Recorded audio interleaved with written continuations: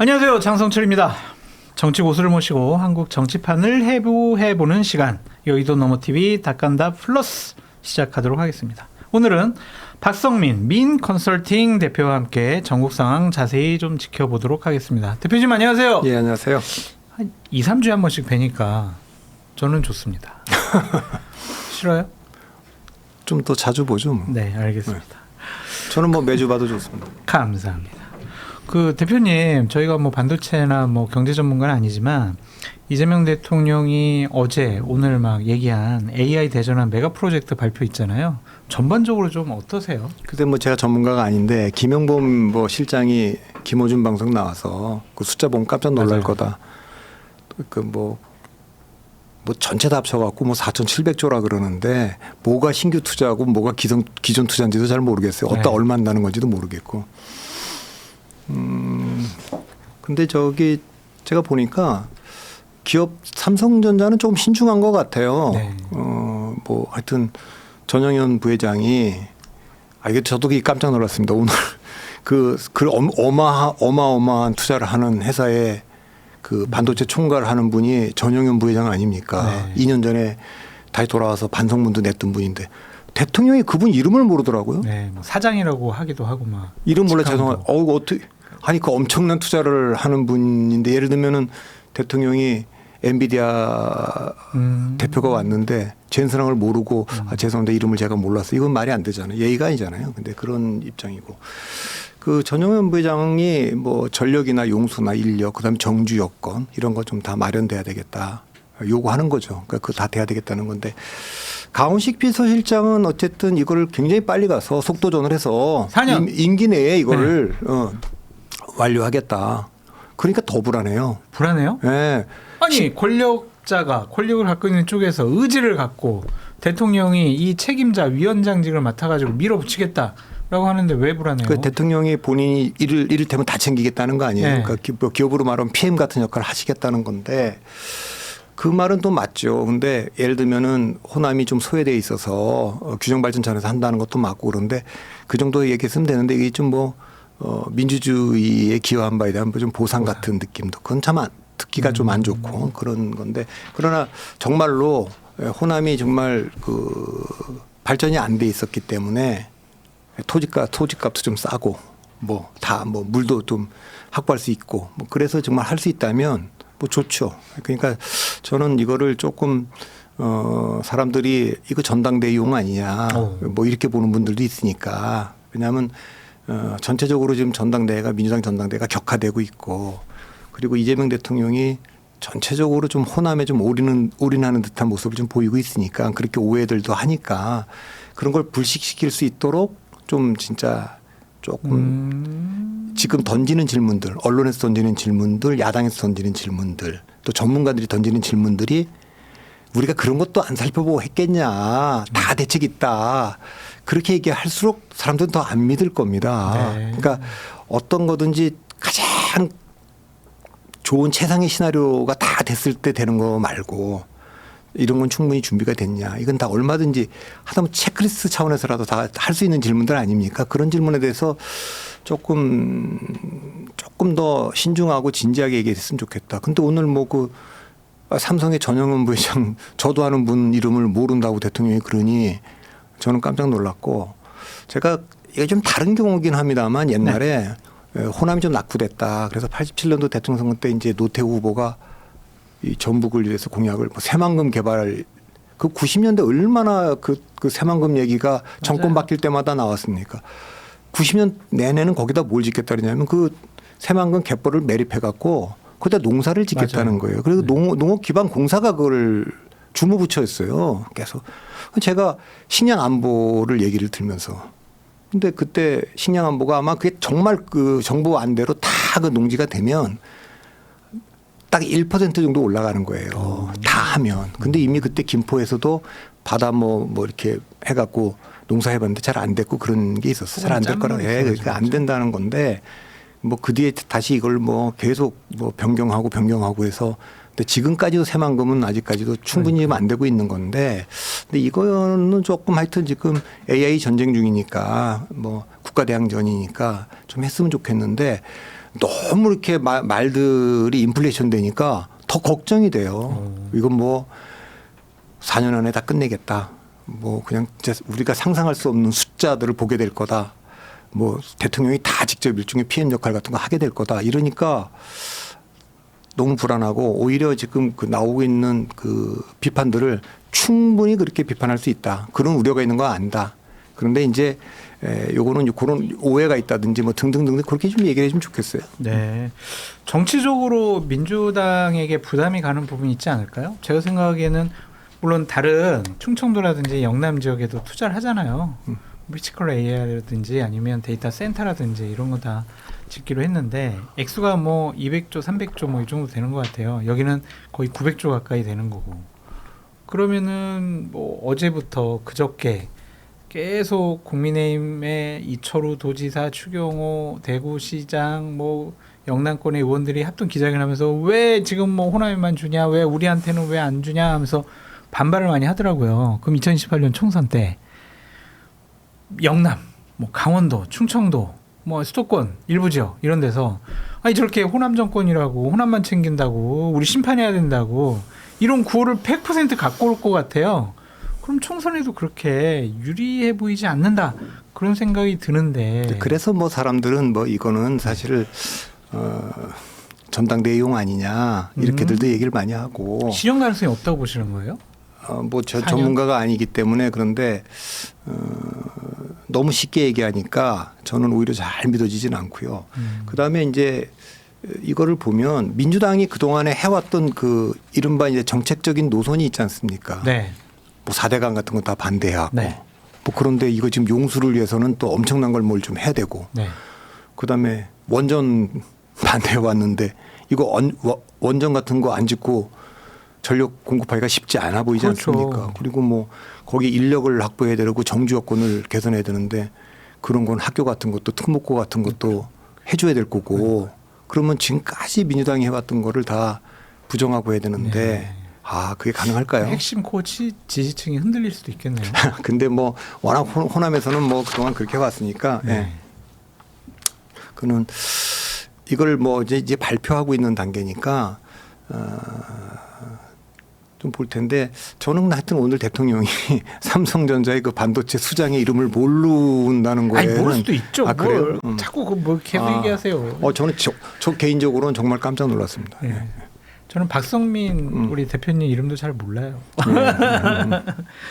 그 또 하나 이제 속보를 좀 말씀드릴게요. 문재인 전 대통령하고 이재명 대통령 만났잖아요. 이제 워딩이 좀 나왔는데 좀 청취자, 시청자 여러분들께 좀 말씀을 드릴게요. 문재인 대통령이 더 큰 리더십을 발휘해 모두의 대통령이라는 꿈을 이루기를 바란다.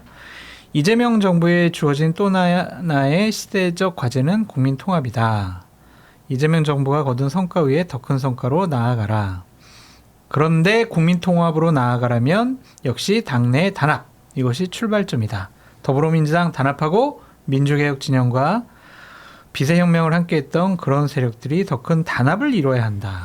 그래야 국민의 마음을 모을 수 있다. 민주당의 단합, 민주개혁 진영의 더 큰 단합, 이것을 해낼 수 있는 사람은 이재명 대통령뿐이다. 그래서 좀 더 큰 리더십을 발휘해서 정말 모두의 대통령이라는 꿈을 이루기를 바란다. 라고 문재인 대통령이 얘기를 했고 이에 대해서 이재명 대통령은 우리 민주정부가 이제는 국가 전체를 책임져야 할 주요 세력이 됐는데 어느 누구도 걱정하지 않도록 우리 모두 함께 뜻을 같이 하는 사람들이 함께 모여 힘을 모으고 그 기반 위에서 우리가 구조적 다수를 향해 좀 더 확장할 수 있도록 노력하겠다. 이렇게 화답을 했습니다. 민 대표님, 박성민 대표님, 이 부분에서 우리가 유의 깊게 살펴봐야 할 전현직 대통령의 워딩, 단어는 뭐예요? 뭐 특별한 거 이 정도 나올 거라고 봤는데 네. 근데 그 문재인 대통령은 이전부터도 네. 이분이 말하는 통합은 국민 통합이 아니고 네. 그러니까 진영의 통합이거든요. 늘. 그래요? 예, 그러니까 민주당 내의 통합이니까 뭐 하실 얘기 한 것 같고 모두의 대통령이라고 그러지만 당내의 단합이라고 그러는데 실제로는 그 역할을 한 거고 이재명 대통령은 이제 뭐 외연 확장 좀 해야 되는 거 아니냐 구조적으로 그러네요. 좀 뭐 네. 나가야 되는 거 아니냐라는 거는 우리가 좀 갇혀 있는 거 아니냐 그 얘기를 한 건데 뭐 대통령 두 분이 만나갖고 어쨌든 우리가 진영 선거연합이 깨지지 않도록 좀 노력을 해야 되겠다.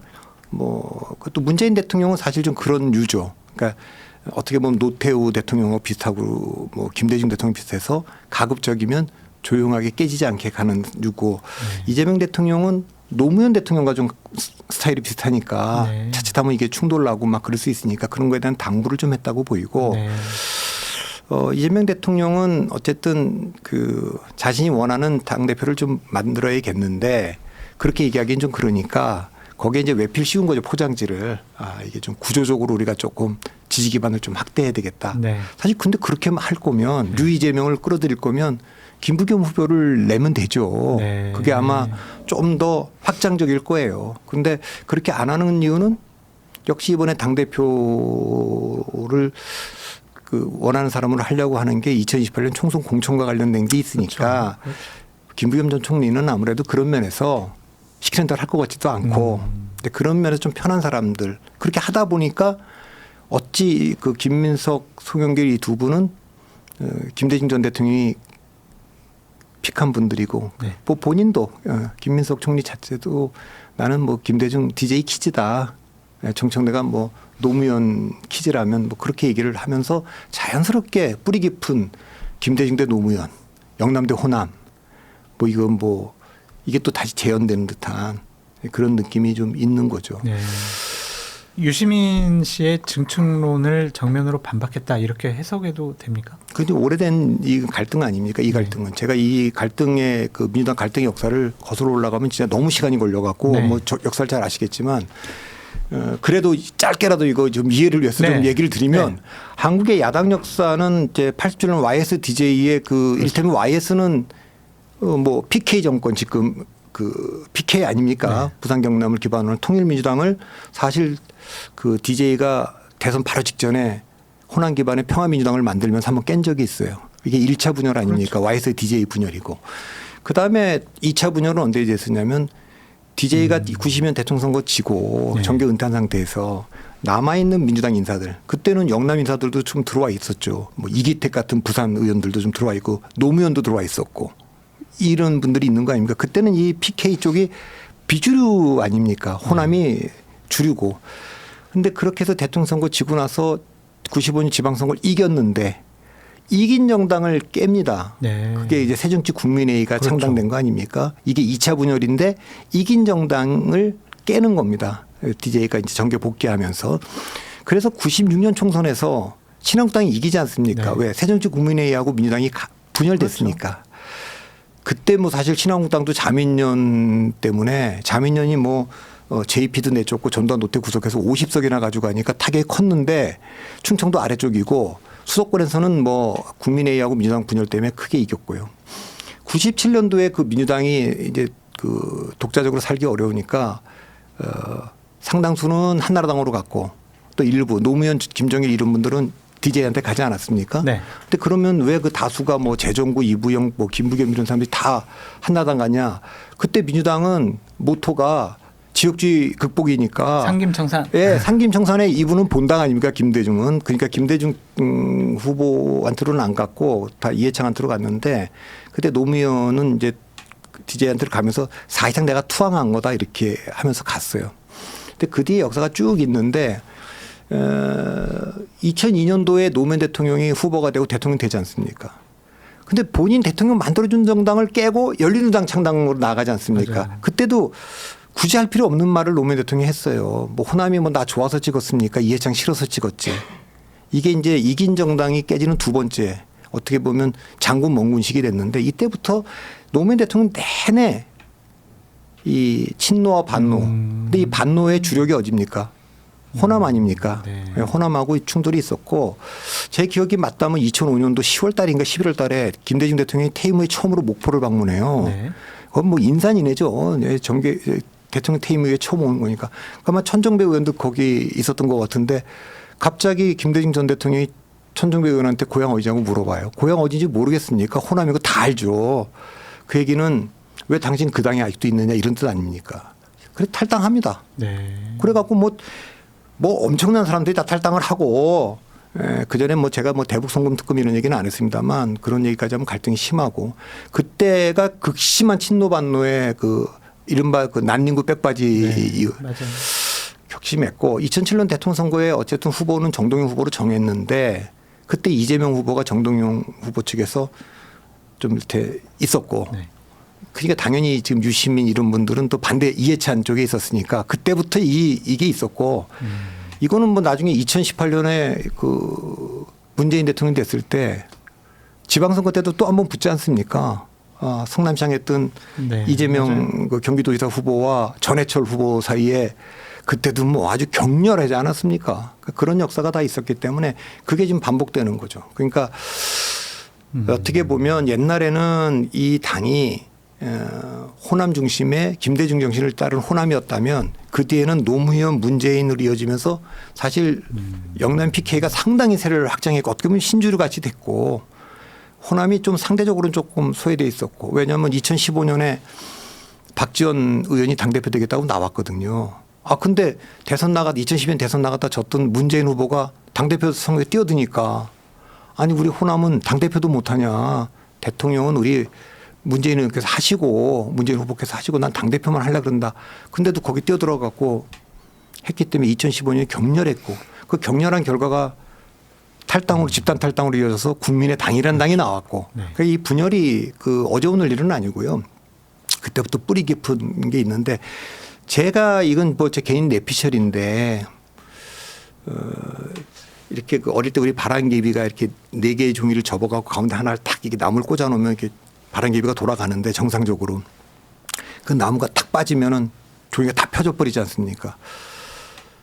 이해찬 총리가 갑자기 그 이해찬 총리의 죽음이 이 권력의 그 공백 상태를 만든 것 같다. 이해찬 총리가 살아 있었다면 대통령이 저렇게 모든 이슈에 저렇게 새벽이고 뭐 이럴 때까지 저렇게 그 글을 올릴 수 있었을까?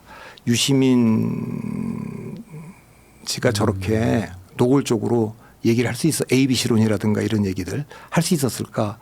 김어준 같은 사람들이 저렇게 뭐 대통령을 겁박하는 일들 이런 게 있을 수 있겠나 이런 생각이 좀 들죠. 그래서 저는 저거를 지금 조종할 수 있는 권력의 공백 상태이기 때문에 저 전쟁이 거칠어 보이고 그래서 오늘 저걸 봉합하려고 두 분이 만나기는 했지만 서로 좀 상대방이 좀 그러네요. 자제를 좀 해달라 이런 요구인데 그러네요. 이게 굉장히 오래된 거기 때문에 저는 이게 잘 안 될 것 같습니다. 왜냐하면 힘겨워 보여요? 네? 힘겨워 보여요? 이분들의 수습하려고 하는 글을 저 우선 문재인 대통령은 이재명 대통령은 당사자고 문재인 대통령은 이걸 할 그 힘이 좀 없어 보이고 그럼 이대로 그냥 가겠네요. 전당대회 끝날 때까지. 그 이후도 이런 식으로 가겠네요. 그러니까 우리가 이제 뭐 세계 국제 정세에서 흔히 쓰는 용어 중에 킨들버거 함정이라는 게 있거든요. 뭐 투키디데스 함정은 뭐 패권 국가 추격하는 신흥 패권 국가 간의 뭐 추격하는 나라와의 싸움을 얘기하는 거라면 킨들버거 함정이라는 건 누구도 이게 그 공공의 역할을 안 하려고 하는 옛날 영국과 미국이 교차할 때도 그랬고 지금도 미국이 그걸 안 하려고 그러고 중국은 그걸 할 역량이 안 되고 그러니까 지금 보면 이 민주당을 지금 통합하자고 얘기하고 있는데 이재명 대통령은 그럴 의지가 없어 보이고 문재인 대통령은 그럴 역량이 없어 보이고 그래 보입니다. 큰 정신적인 지주가 없네요. 누구에게나 권위와 위엄을 갖는 그게 이해찬의 부재다. 이렇게 보시면 이해찬 총리가 있었다면 그걸 역할을 건강이나 이런 것 때문에 뭐 하지는 않았을지 몰라도 그래도 이렇게까지 그 민주당이 급속히 빠른 속도로 분열하는 거는 좀 늦출 수 있지 않았을까 하는 생각은 하죠. 그런 측면에서 이재명 대통령 지지율이 6주째 하락하고 있다. 이렇게 좀 살펴봐도 될까요? 뭐 중도층도 빠졌다고 하지만 지지층들이 좀 분열하고 갈등이 벌어지고 있기 때문에 결집력이 좀 낮아졌다. 이렇게 봐도 될까요? 저는 두 가지로 봅니다. 뭡니까? 첫째는 그 전에 대통령 지지율이 60% 높을 때도 제가 이제 여러 가지 분석 중에 하나를 뭐냐면 약간 과표집돼 있는 것 같다. 진보 진영 그래서 국민의힘 지지층들 보수는 지금 뭐 국민의힘이 장동혁 대표 체제가 못마땅하고 하니까 여론조사에도 응답도 안 하고 그래서 조금 민주당 지지층들이 좀 과표집돼 있는 결과다 이렇게 봤는데 지방선거 보면서 나처럼 생각하는 사람이 남아 있는 건 아니구나 해서 좀 자신감이 있어서 이제 여론조사에서 적절히 응하고 있다고 봐요. 그리고 그래서 정당 지지율도 올라가고 있다고 봐요. 장동영 대표가 뭐 버티고는 있지만 이미 국민의힘은 오세훈 한동훈으로 넘어갔구나. 네. 이러니까 뭐 자신감 있게 들어오는 것 같아요. 반면에 이제 이게 하나 있고 또 하나는 민주당 지지층들이 좀 이탈하고 있는 것 같아요. 그러니까 거기는 뭐 조국을 지지했던 사람, 정청래 지지하는 사람, 뭐 김어준 사람 이 사람들 나가는데 지금 김어준 씨가 뭐라 그러냐면 코어 지지층이 빠져갖고 지금 그렇고 있다. 뭐 소위 말하는 유시민의 A죠. 네. A 같은 세력들을 얘기하고 있는데 그거는 코어 지지층이 빠졌다라는 분석을 하고 있다고 보이지 않거든요. 빠지라는 선동을 하고 있다고 보입니다. 그래요? 그러니까 다시 말하면 부추기는 거네요. 예, 저는 거. 그렇게 들려요. 저는 뭐 그분들은 어떤 의도를 갖고 말씀하는지 모르지만 제가 보기엔 지금 지지를 철회해야만 코어 지지층들이 지지를 철회해 줘서 이를테면 대통령 지지율이 떨어져야만 네. 손을 들 거다. 자신들에게. 예. 뭐 그런 거기 때문에 지금 저거는 분석을 한다기보다는 일종의 조금 뭐 선전선동으로 봐야 되겠네요. 저는 그렇게 보는데 그렇게 보면 또 그분들이 기분 나빠할 것 같으니까 그 사이 어딘가로 좀 얘기하죠. 근데 이제 저 하여튼 AI 어쨌든 그 두 가지 과표집 그러니까 조사에서 빠져있던 중도 보수층이 들어왔고 그다음에 민주당에서는 지지층들이 지지를 좀 철회하고 있고 네. 이러니까 아무래도 지지율은 낮아질 수밖에 없죠. 회복 가능성 없어요? 이렇게 한번 떨어지면 네.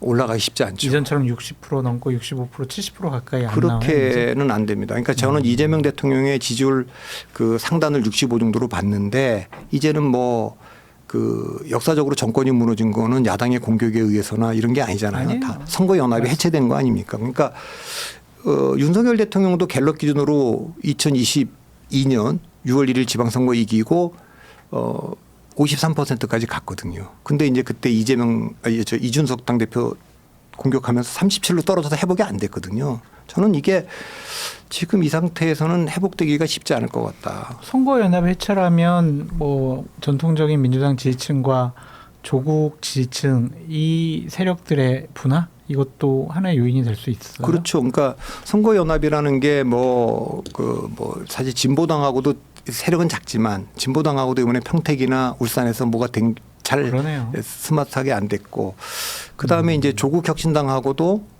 뭐 조국혁신당을 사실은 후보를 내므로써 막았기 때문에 그 뭐 조국 대표가 그만두면서 한 10가지 정도 질문하지 않았습니까? 맞아요. 거기 보면 화와 짜증이 이게 그렇죠. 다 묻어 있지 왜 않습니까? 출마시켰어? 뭐 왜 이런 공천했어? 거죠. 예. 이럴 수 있어 뭐 이런 거 아닙니까?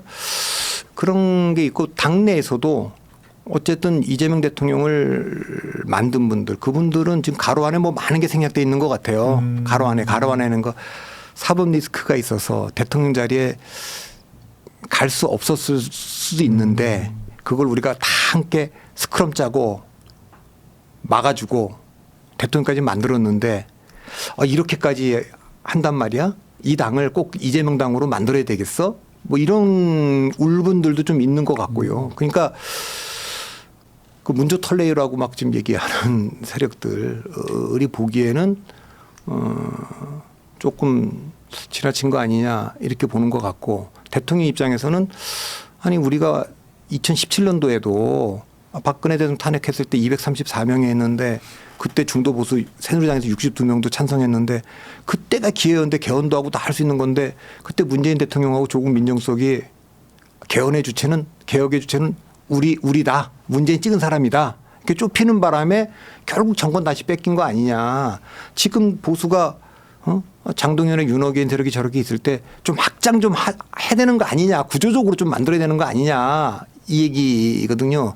그런데 저는 양쪽 다 지금 잘못하고 있다고 봐요. 그러니까 이재명 대통령의 문제는 뭐냐면 단기적으로는 지금 저 민주당 내에 이 권력 투쟁 때문에 코어 지지층, 그 김어준 씨가 말하는 코어 지지층, 다시 말하면 문저 털레이를 지지하는 사람들은 좀 지지를 철회해달라고 하는 그들 때문에 떨어지지만 이번 지방선거를 보면 20대, 30대가 구조적으로 이탈하고 있는 게 더 심각한 위기거든요. 그렇죠. 그러니까 어떻게 보면 민주당은 40대, 50대, 60대를 위한 정당이야. 이렇게 20, 30대가 인식을 하고 있는데 이 문제는 조금 내팽겨 두고 네. 지금 안에 있는 문제만 갖고 지금 하는 걸로 봐서는 역시 말들은 다 다르게 하지만 공천권을 갖기 위한 당대표를 장악하기 위한 권력투쟁으로 밖에는 저는 잘 안 보인다 이렇게 보죠. 네.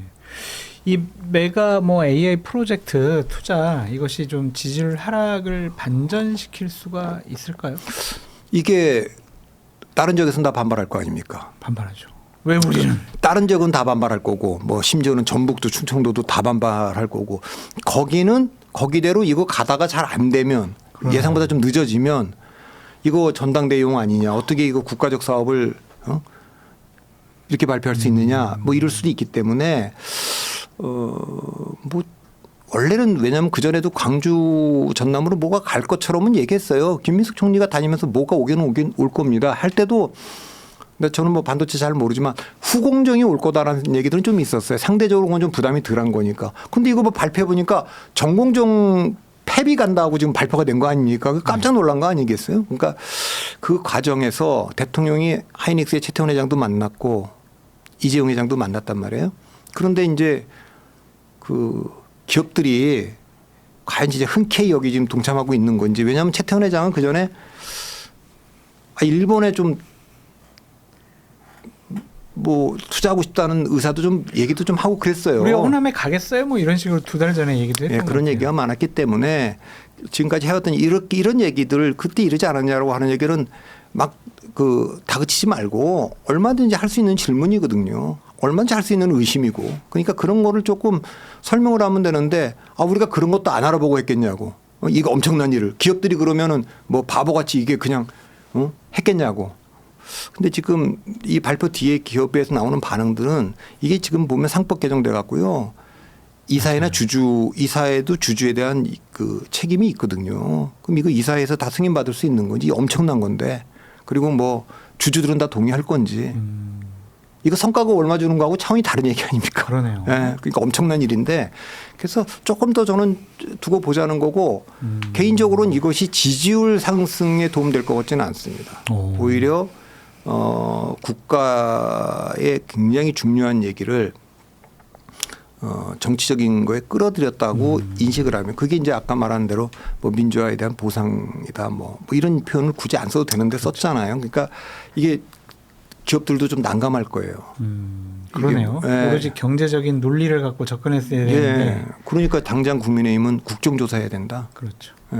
연어도법도 했는데 이거 뭐 수백조 수천조 투자한다는데 이걸 어떻게 결정됐는지 국정조사하자 이렇게 나오는 거니까 다른 지역에서 지지율이 올라가지 않는다면 호남은 뭐 지금까지 그래도 상대적으로 높았던 데니까 지금 전당대회 와중에 아까 말한 대로 호남에 반 이재명도 있지 않습니까? 거기가 이렇게 갑자기 이 문제로 휙 돌아서지 않는다면 지지율이 올라갈 것 같지는 않고 떨어질 것 이렇게 같습니다. 여쭤볼게요. 그럼 전당대회 용이 아니냐라고 의심하는 분들도 이제 있다라고 말씀하셨는데 전당대회 용으로서 김민석 총리에게 좀 유리한 이슈나 아이템이 될 수 있다? 아니 그러니까 그것도 잘 모르겠어요. 저는 모르겠어요? 전 지금 모르겠다고 얘기를 드리는 거는 지금 여론조사들이 몇 개씩 발표가 되잖아요. 근데 민주당은 당원 투표가 있고 여론조사가 있는데 물론 그 여론조사는 민주당 지지층들만 갖고 하죠. 무당층하고.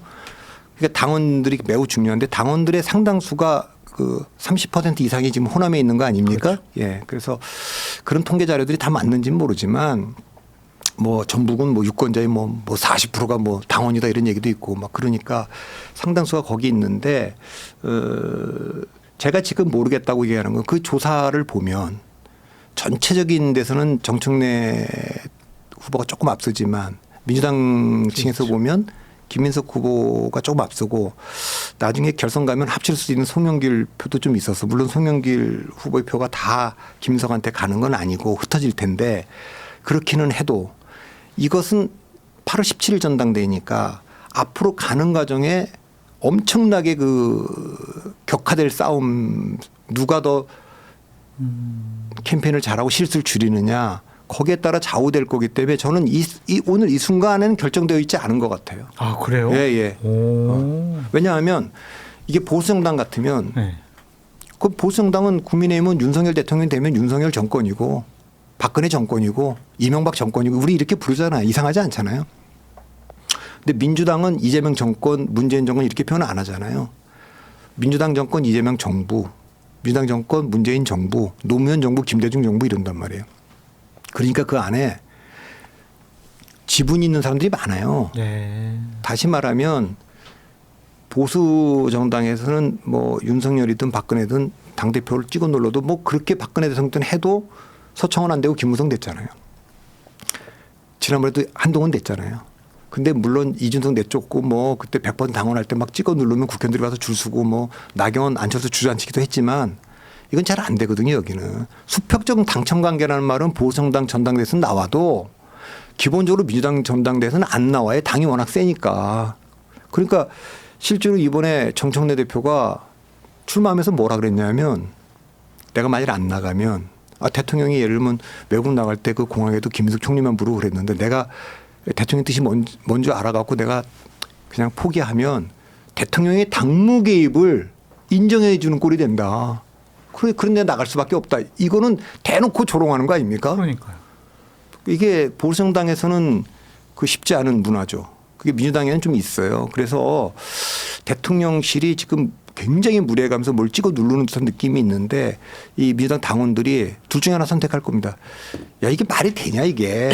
그래서 반발이 있을 수도 있고 또 한편 마지막 가면 그건 정청래 전 대표가 좀 억울할 수는 있지만 아니 대통령하고 2년차 들어가는 당대표하고 충돌을 하면 그 우리 노무현 정권 때도 봤고 박근혜 정권 때도 봤고 윤석열 정권 때도 봤고 그러면 그거 끝나는 거다 그거는. 그거 끝나는 거다. 그러니까 어쨌든 그래도 이번에는 대통령하고 호흡을 맞추는 사람 한번 밀어줘야 되지 않냐. 이런 게 나타날 수도 있고 아니면 이게 좀 지나치면 이건 뭐 워낙 거기는 좀 노무현 대통령도 옛날에 그랬거든요. 대통령 때. 정권 교체 좀 되면 좀 어떻습니까? 이러면서 그냥 확 그냥 뜨겁게 막 얘기를 했지 않습니까? 반발하지 않았습니까? 여기 지금 있는 분들도 제가 보기엔 뭐 지금 유시민 씨 저러고 있지만 아주 뜨거운 열정 있는 분들이 많으니까 네. 어떻게 나올지 모르겠습니다. 그들의 참전이 정청래 대표에게는 실질적으로 도움이 된다고 보세요? 저는 뭐 그분이 그 말 안 해도 네. 다 알고 있는데 네. 그분은 그냥 그분대로 그냥 그냥 팀 플레이가 아니라 네. 개인 플레이를 플레이. 하고 있는 거라고 좀 봅니다. 예. 저도 이제 방송 나가면서 많은 그런 질문을 받았는데 왜 유심 씨가 갑자기 저렇게 등판해가지고 자극적인 말로 이렇게 진영 자체를 흔들어 놓는가? 왜 그런다고 보세요? 저는 정청래 대표를 당선시키기 위해서 물론 그러겠죠. 그래서 조국을 대선 후보로 만들기 위해서 그렇게 좀 해석을 하는데 저는 뭐 잘 모르겠습니다. 이해가 안 되는 부분이 좀 많은 것 같아요. 그 좀 한 단계 내려가서 깊숙이 내려가면 굉장히 많은 게 있어요 또. 그러겠죠. 예, 그 엘리트 의식. 네. 이 가짜는 것들이 나한테 말이야 욕도 하고. 근데 그걸 뒤집어 말하면 정청래 대표도 사실 학생운동으로 내려가 보면 네. 이 김민석과 성영길은 80년대 아주 스타 플레이어들 아닙니까? 그렇죠. 뭐 전학년 세대고 그거에 대한 개인적인 또 반발도 있지 않겠습니까? 근데 이재명 대통령하고 유시민 이사장을 생각하면 또 반대고 뭐 그런 것들이 다 지금 엉켜 있는데 그래서 그런 거 하나하나까지 감정적인 것까지 들어가면 우리가 그건 우리 개인적으로 속으로 생각할 수는 있어도 겉으로 말할 수는 없는 그렇죠. 거지만 큰 줄기만 보면 원래 민주당은 분열이 훨씬 더 자연스러웠던 정당이고 계속 있어요. 그거는 왜냐하면 호남 기반의 정당이었는데 이걸 지금 계속 그 주류를 바꾸려고 하는 시도가 PK 중심으로 있었지 않습니까? 네. 제가 어떤 경험이 있냐면 2012년에 어쨌든 그 문재인 후보가 됐어요. 그래서 박근혜 후보랑 붙었는데 3.53%를 박근혜 후보가 이겼습니다. 그 끝나고 나서 민주당에서 선거 이제 평가를 하는 평가위원회 뭐 백서 같은 걸 만들기 위해서 만들지 않습니까? 한상진 교수 서울대 교수가 그걸 맡았어요. 이분 호남 분인데 근데 2013년 1월 달에 이 평가를 하는 무슨 그 행사를 국회의원들 다 참여하고 근데 그분이 이제 발제를 맡고 저는 토론자로 간 적이 있어요. 근데 제가 정확하게 그 워딩이 기억나지는 않지만 이런 거예요. 첫 문장에서 그분이 발제 첫 문장에 민주당은 김대중 정신을 계승하는 당입니다. 이런 취지로 말씀하셨어요. 그래서 제가 받은 느낌은 제 옆자리에서 말씀하시니까 이분 말씀은 민주당은 기본적으로 김대중당이고 호남당이다. 여기가 주축이 돼야 된다. 근데 그 이해찬이나 문재인 같이 충청 PK 연합한테 어떻게 주도권을 내주게 됐느냐라는 어떤 질타, 진단이라기보다는 이런 게 좀 느껴졌어요. 이건 순전히 저 개인적인 느낌입니다. 두 번째 그분이 또 어떤 말을 했냐면 그 2013년 1월 달입니다. 제가 여기 내려오면서 미국에 있는 안철수 교수랑 통화했습니다. 이렇게 얘기를 하는 거예요. 그러니까 당신들 역량으로 호남 사람들 역량으로 안 되면 안철수 교수라도 데리고 와서 해야 되는 거 아니냐. 실제로 2014년에 김한길 안철수 합당하지 않습니까? 맞아요. 그게 또 충돌까지 가고 그런 게 있어서 이게 굉장히 이 갈등의 그 뿌리가 깊어요. 그리고 그때 호남에서 그럼 왜 2016년에 국민의당을 28석 중에 23석이나 찍어줄 때 문재인에 대해서 뭐라 그랬냐면 문재인 대표가 노무현 정권 때 노무현 정권은 부산 정권이라고 그랬다. 사실 그랬는지 어쩐지 모르겠어요. 그 인사도 그렇게 했다. 그러는데 잘 모르지만 그때 그런 정서가 좀 있었어요. 그래서 반문재인 정서가 2016년 총선 때 있었기 때문에 국민의당이 23석이나 가져간 거 아닙니까? 그러니까 그런 게 아직까지 해소가 안 되고 해소가 다 된 줄 알았어요. 저는 어느 정도 그래도 다 된 줄 알았는데 역시 역경을 견디긴 쉬워도 풍요를 이기기는 어려운 법인 것 같아요. 그러니까 윤석열 정권의 탄압에 맞서서는 다 같이 스크럼 짰는데 이거 뭐 권력 잡고 나니까 이게 또 뭐 배부르니까 더 많이 더 많이 먹어야 된다. 그렇게 되는 것 같아서 네. 이게 어쩔 수 없구나 권력이라는 게 그런 느낌 좀 받죠. 결론적으로는 누가 당대표가 될 거라고 그건 모르겠습니다. 알았어요. 그런 거 그 내가 물어볼게요. 누가 될 것 같습니까? 김민석 총리가 되겠죠. 뭐. 현재 이렇게 여론조사상으로 보면 그런 얘기는 나도 하겠어요. 여론조사상으로는 근데 권리당원이 알 수가 없는데. 그건 알 수 없는데 그래서 저는 사실 이렇게 생각해요. 오늘 이 시간까지 오늘 투표하면 누가 이길 거냐 잘 모르지만 결정되어 있지 않을 것 같아요. 그러니까 그래요? 지금 뭐 꽤 많이 남았는데 뭐 한 4, 50일 남았으니까 40일 이상 남았으니까 뭐 토론도 하고 막 할 거 아닙니까? 그 속에서 몇 번의 저 출렁임은 있을 것 같아서 권리당원들이 가장 민감하게 반응할 수 있는 부분은 뭘까요? 뭐 이재명 대통령 호흡 맞춰서 국정 운영 잘할 사람 아니면 그런 것도 있고요. 네. 일단 제가 보기에는 그 호남 사람들이 그 당원들이 많은데 지난 호남 공천이 괜찮았나? 전북도지사 공천 때 그거 좀 그러니까 지금 거기 그 김관영 뭐 안홍 이런 분들은 다 반청일 거 아닙니까? 그러니까요. 그 영남 전남에서도 뭐 김영록 이런 분들 다 반청일 거고 네. 조국 혁신당한테 뭐 일본 내준데도 뭐 공천이 그 제대로 된 거냐? 이런 거 있을 거 아닙니까? 그리고 공천은 안 된 사람들은 다 대표에 대해서 반감을 갖는 거고 그렇죠. 당선된 사람은 다 자기 덕이 되는 걸로 생각하니까 그게 전 총재 대표가 그 전에 했을 전당대회하고 좀 달라진 조건 아니겠어요? 그러니까 그런 점에 대해서 대통령 그리고 또 하나 그 정청래 대표는 내란 청산 프레임을 너무 오래 끌고 갔고 그것이 좀 선거에 미친 거 아니냐. 물론 이제 정청래 대표 측에서는 대통령이 뭐 부동산 이슈라든가 그리고 뭐 공소취소 이런 거가 더 영향을 미친 거 아니냐. 서울에 뭐 부동산 이슈 별로 영향 없었다고 얘기하지만 거기 동의하는 사람 누가 있냐. 다 부동산 선거했다고 얘기하는데 그런 얘기도 분명히 다 맞는 거기 때문에 다만 이제 정청래 대표가 이걸 이겼다. 이 선거를 잘 치렀다. 이거는 장동혁 대표 정도가 말하는 진짜 이긴 선거라고 얘기하는 거랑은 비교할 바는 아니지만 서울시장 지고 평택을 지고 부산 북갑 졌으면 무게로 보면 더 큰 선거를 진 거 아닙니까? 그렇죠. 그러니까 확실히 이건 좀 책임을 좀 져야 되는 거 아니냐 이런 여론은 있을 수 있다고는 봅니다. 있는데 김어준, 유시민 씨가 버티고 있기 때문에 승패를 알 수가 없다. 예, 저는 뭐 그거보다도 하여튼 저 민주당 사람 당원들이 갖고 있는 약간 뭐랄까 이 권력이 찍어 누르는 거에 대한 이 반발 의식들. 이게 그들의 DNA 속에 좀 있거든요. 네. 그러니까 보수당엔 그게 잘 없어요. 근데 저기는 그게 좀 있어서 그게 좀 변수가 될 것 같다. 그러니까 이렇게 노골적으로 당의 그 대통령이 개입하면서 찍어 누르는 역사가 최근에는 없었잖아요. 그렇죠. 예. 찍어 누른다고 표현을 하시는군요. 그렇게 인식을 받을까요?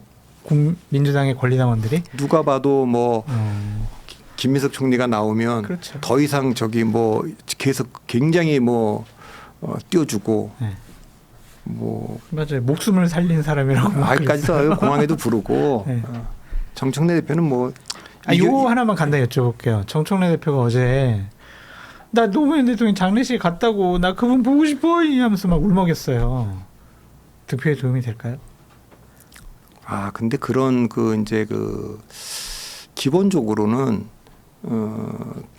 김민석 후보가 이제 원래 노삼으로 시작한 분 아닙니까? 정청래 그렇죠. 후보는. 그래서 자기는 친노릇에 시작했다가 친문이었다가 친명이었다가 그렇다. 그럼 친청은 왜 안 되냐 이 얘기를 좀 하려고 하는 거 아닙니까? 네. 그거 분명히 맞는 얘기고 김민석 후보는 본인 입으로도 얘기했지만 자기는 DJ의 적자다. 박지원 후보가 얘기해 주는 것도 그 얘기일 거예요. 실제 김대중 정부 때 2000년 총선 때는요. 전성기 김민석 의원이 뭐 공천 정균환 의원하고 다 했던 게 2000년 총선 아닙니까?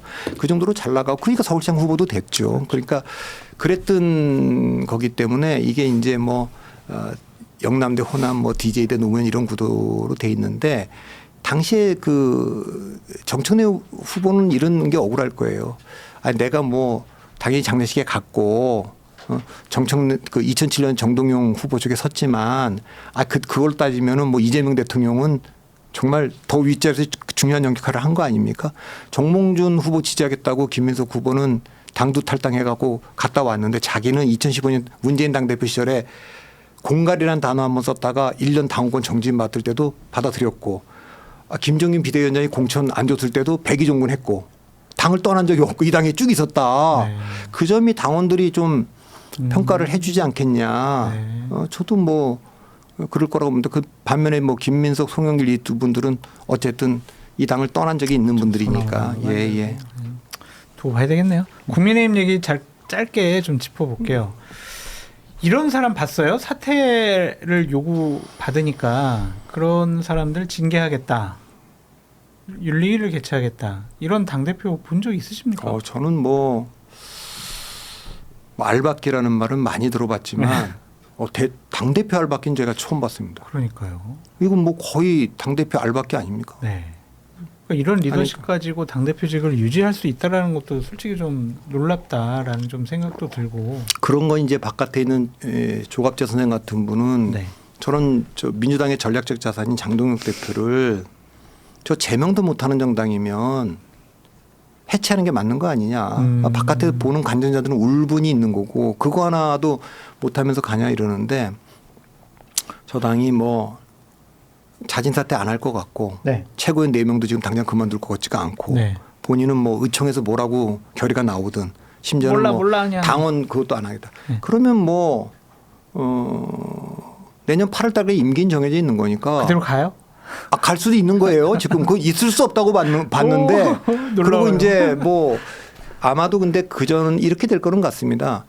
어차피 8월 달 임기를 마치면 전당대회에 다시 나오더라도 총선이 다가오는 시기이기 때문에 장동혁 대표 승산이 없다는 걸 알 것 같아요. 그러면 내년 2월 달 이후에는 언제든지 그만두면 새로운 임기가 2년을 가니까 그 8월까지 임기를 안 채우고 아마 적게 그만둘 거라고 볼 거는 같습니다. 이게 장동혁 대표의 생각인 것 같고 정점식 원내대표나 국회는 그건 아니지. 그건 너무 길잖아. 어쨌든 지금 여름 지나서 지금 재선구주장 그렇죠. 아마 뭐 국정조사나 이런 거 다 끝나고 그렇게 하고 민주당에서도 당대표가 뽑혀서 저당도 뭐 진영을 새로 갖추고 뭐 으쌰으쌰 하는데 그 우리도 거기에 조응을 해야 된다. 그런 분위기가 되면 그때쯤에는 이제 가을 들어가는 무렵 되면 비대위 전환해야 되는 거 아니냐. 그래서 비대위가 해야 될 일은 지금 당원들이 너무 오염돼 있으니까 전당대회 룰을 좀 새로 세팅해야 될 거 그렇죠. 없고 집단 지도체제냐 단일 지도체제냐 이것도 한번 다시 한번 손봐야 될 거 없고 한동훈 복당 문제를 어떻게 할 거냐 처리해야 될 거고 개혁신당과의 합당 문제도 어떻게 해야 될 거냐 이건 비대위가 다 해놓고 내년 전당대회는 좀 진짜 좀 제대로 된 뜨거운 전당대회를 한번 만들어 보자. 뭐 이준석도 나오고 뭐 한동훈도 나오고 다 나와. 그런 전당대회 만들어 보자. 이런 구상이 있을 거는 같은데 이게 뭐 장동혁 대표가 또 최고위원들이 어느 시점인가 결단을 해줘야 될 것 같은데 야, 지금 요즘 얘기하는 거 보면 진짜 내년 8월까지 가야 되는 거 아닌가 생각도 들기도 합니다. 뭐 그럴 생각이 강한 것 같아요. 옆에서 조강한 김민수 최고위원들이 뭐 보호막 역할을 하고 있고 그만두면 안 된다고 계속 주입식 교육을 시키는 것 같다. 그런 좀 생각이 들고요. 한동훈 의원의 이제 의원이 되고 나서 한 달 정도 된 것 같은데 행보는 어떻게 좀 보십니까? 뭐 조급하게 하지 않겠다. 그리고 지금 뭐 조급하게 하려고 해도 뭐 지금 뭐 당권파들이 뭐 결사가 안 되니까 안 되는 거 아닙니까? 근데 뭐 나머지는 뭐 행사장에 다 가고 네. 뭐 단톡방에 아니 한동훈 대표를 초대를 해서 네. 장동훈 대표가 당을 나갔으면 그러니까요. 이 당의 지금 분위기를 보여주는 거 아닙니까? 그렇죠. 그러니까 그거는 뭐 누가 봐도 지금 이 당의 분위기를 알 수 있는 거고 그러면 의원들만 그러겠습니까? 이게 점점 가면서 내려가겠죠. 그럼 장동혁 대표가 버틸 수 있는 건 뭡니까? 선거는 본인이 이긴 건 아닌데 자기가 이랬는데 그건 아까 말한 대로 서울시장과 부산북각과 그 평택을 선거는 장동혁 대표하고는 상관은 없잖아요. 거리 둘수록 된 거고. 그렇죠. 본인이 진짜 조금만 일찍 물러났으면 아깝게진데도 다 됐을 법도 하고 뭐 이런 건데 그걸 계속 버티고 있는데 그럼 유일하게 버틸 수 있는 근거는 뭐냐? 법적인 거 말고는 대통령 지지율이 나와야 되거든요. 네. 근데 지금 이미 한동훈 오세훈 또 오세훈 한동훈 이 두 양강이 있고 그렇죠. 그리고 또 다른 조사에는 뚝 떨어져 갖고 있을 때도 뭐 이준석 안철수 이런 분들보다도 좀 더 낮게 나오는데 물론 일부 조사에는 장동혁 대표가 ARS는 좀 나오는 것도 좀 있긴 합니다. 근데 여기서 경쟁력이 있다는 걸 증명하지 못하면 네. 본인의 자산은 없는 거 아닙니까? 없죠. 예. 근데 시간이 가면 갈수록 지금 자꾸만 이렇게 리더십을 발휘하지 못하고 진선거도 이겼다 그러고 재선거 해야 된다 그러고 그리고 징계하겠다 그러고 안 물러나겠다고 의총에서 뭐라고 하든 난 안 물러난다. 당원 투표도 난 안 할 생각이다. 이렇게 나오면 네. 지지율은 좀 더 떨어지고 지지했던 사람들조차도 아 이거 좀 심한 거 아니냐. 이러면 지지율이 그렇다고 지지율이 올라가겠습니까 이 상황에서? 그렇죠. 그럴 거는 아니니까 이미 싸움은 끝난 것 같은데 그거는 아까도 말했는데 단톡방에 한동훈 의원은 초대받고 그 순간 장동혁 대표가 방을 나갔다. 이게 그냥 모든 걸 설명하는 것 같습니다. 그럼 앞으로의 국민의힘의 헤게모니는 주도권은 한동훈 대표에게 있다 이렇게. 근데 아직은 당에 못 그렇잖아요. 돌아온 거니까 그 좀 불안정한 거고 오세훈 시장은 서울시장에 묶여 있는 거고 네. 개혁신당은 또 이준석 대표 바깥에 있는 거고 한동훈 의원도 지금 바깥에 있는 거 아닙니까? 그러니까 이게 몹시 기이한 거고 당은 그러니까요. 어쨌든 당권파들이 지금 잡고 있는 거고 네. 그러나 누가 봐도 보수 재건의 그 흐름은 뭐 오세훈 한동훈 뭐 이준석 이쪽으로 넘어갔다 이렇게 다 보는 거니까 네. 가장 적극적으로 움직일 수 있는 분은 좀 한동훈 의원이고 그렇게 또 실제로 움직이고 있고 그러니까 점점 그 기대는 올라가겠죠. 그래서 오세훈 시장은 정원호 후보를 이겼다는 것 때문에 컨벤션 효과가 있으니까 1등으로 그때 9%인가 갤럽에 나왔지만 이건 시간이 가면 좀 약간 자연스럽게 내려올 수밖에 없고 한동훈 후보가 정책 발언을 더 적극적으로 할 테니까 좀 더 주목받겠죠. 네. 결국에는 한동훈 의원이 국민의힘에 복당하는 시점은 전당대회 전이라고 봐야 되겠네요. 그 직전이라고. 그거는 한동훈을 참여시켜서 전당대회를. 그거는 이제 그런 시나리오도 있을 수 있겠는데 그럼 네. 비대가 그렇게 하면 좋겠는데 워낙 저 안에 이제 포비아가 있으니까 한동훈 포비아가 있으니까 한동훈 대표가 돌아와서 전당대회 나오면 당 대표가 될 수가 있고 공천권 갖게 되면 굉장히 당이 또 분열로 들어갈 수 있다라고 하는 중립적인 의원들도 그런 생각을 하는 사람들이 있을 수 있기 때문에 한동훈 의원의 복당과 전당대회 출마를 어떻게 조정하느냐 그것도 정책 기술인 것 같은데 그거는 뭐 한동훈 의원이 대권 주자로서 가능성이 없기 때문도 아니고 그가 싫기 때문도 아니고 전략적 자산인데 이 전략적 자산을 잘못 활용하면 이게 잘못하면 또 분열로 갈 수 있으니까 그거를 그렇죠. 어떻게 잘 좀 이렇게 다룰 거냐. 라는 게 이제 주어진 숙제 아니겠습니까? 전화를 많이 하고 많이 만난다고 하더라고요. 저 경계심 푸세요. 이런 행동들 메시지를 그러니까 내는 모양입니다. 그전엔 좀 잘 모르는데 이 선거 이번에 하는 과정을 보면 굉장히 적극적으로 이 사람들이 그 선거 캠페인을 보고 놀라는 사람들이 많다 그러고 네. 스킨십도 좀 이렇게 그 뒤에 이렇게 강하게 나가는 거 보면 좀 그런 거를 잘하는 것 같아요. 네. 예, 그러니까 생각보다 이런 문제에서 조금 좀 다르네. 네. 예, 그런. 제가 오늘 김재원 최고랑 인터뷰를 했는데 본인이 부인은 했지만 한동훈 대표가 전화 와가지고 여러 가지 얘기를 한 모양이더라고요. 근데 애써 뭐 내가 내 입으로 전화 통화했다고 얘기 안 해요. 막 이렇게 얘기를 하더라고요. 김재원 최고가 대단히 비판을 세게 했거든요. 근데 그러한 사람에게까지 전화하고 좀 여러 가지 상의하는 모습 보이는 것을 보면 한동훈 의원도 좀 여유가 생긴 거 아닙니까? 그렇죠. 예, 그리고 이거 이미 본인도 사실 정치 처음 하고 자기 선거 나가본 처음인데 거기서 돌파를 좀 한 거 아닙니까? 그러니까 뭐 좀 여유가 생겼고 뭐 보수 진영의 지금 뭐 언론도 그렇고 기대를 한 몸에 지금 받고 있으니까 그리고 뭐 사람들이 장동혁이냐 한동훈이냐 이거는 끝난 싸움이다. 그러니까 조금 여유가 생긴 것 같고 그러면 뭐 정치적으로 자기한테 그동안 어떻게 했던 사람들한테도 다 그럼 뭐 오세훈이든 이준석이든 다 만날 수 있다. 그렇죠. 다 할 수 있다. 그렇게 하는 걸 보면 일종의 뭐 이런 걸 놓고 이제 광폭행보다 뭐 이렇게 얘기를 하는데 신중한 가운데 그래도 강폭행동을 하고 그러면 보수정당은 속성상 어떻게 돼 있느냐. 낮엔 저렇게 뭐 한동훈에 대해 반대해도 맞아요. 오늘 밤에도 한 명 넘어가고 그렇죠. 내일 밤에도 또 한 명 넘어가고 그다음 날도 한 명 넘어가고 저는 그럴 것 같습니다. 예. 밤마다 한 명씩 투항할 것 같습니다. 한동훈이 나한테까지 전화했어. 와 이렇게 해서 경계심이 흐트러질 것 같다. 그런 그리고 생각이 이제 들고요. 당직자들이나 최고위원들도 내가 끝까지 이 장동윤 체제에 내가 뭘 위해서 이렇게까지 하지? 이렇게 쭉 가다가 야 이거 장동윤 체제가 끝장날 때 끝까지 가도 지금은 좀 유리한 시간이지만 내년 8월 가면 이제 협상적인 게 없어지는 거 아닙니까? 임기 다 끝나는데 그러면 그 전에 이제 우리 뭐 프리미어 선거 선수도 뭐 이렇게 이적료 받고 팔 때 언제 팔아야 가장 값을 많이 받는다 이런 게 있는 거 아닙니까? 그러니까 그러면 신동욱 최고나 뭐 김재원 최고나 그 순간을 재고 있겠죠. 그렇죠. 내년 8월 달 가면 다 끝나는 거 아닙니까? 새로운 지도부 들어오는 거니까. 김재원 최고도 본인 여러 가지 생각하고 있다고 이렇게 좀 표현을 하더라고요. 네.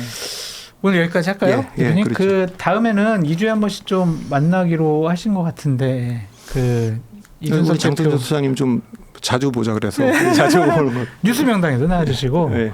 그 다음번 뵐 때는 이준석 개혁신당 요 얘기도 좀 한번 해봤으면 좋겠다라고 말씀을 드리고요. 오늘 시청하신 여러분들 비구독자가 60% 정도 되는데 우리 박성민 대표님 말씀 잘 들었다. 또 보고 싶다. 그러시는 분들은 구독, 좋아요, 알림 설정 해주시면 대단히 감사하겠습니다. 네, 오늘 닭간다 플러스 여기서 마칠게요. 대표님 감사합니다. 예, 감사합니다.